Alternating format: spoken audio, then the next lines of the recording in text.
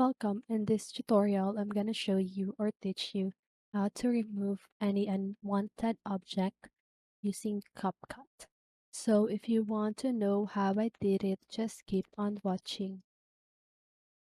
So first of all, you want to open your CapCut and just go ahead and import the image or video that you want to use or any image that you want.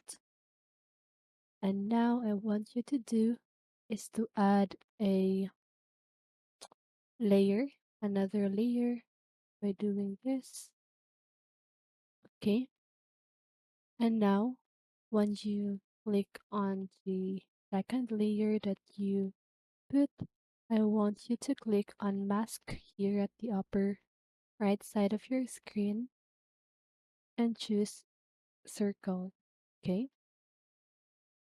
Now you want to um measure if it's the right size for the object that you want to cover. So like this is the right size. And the next thing you will do is to click on basic here and just go ahead and swipe or drag your mask here. You can also change the opacity of it. And here you can just go ahead and change the mode, color dodge, right then, screen. Okay, you can just go ahead and use any mode, but I love doing right then. Oh no, normal.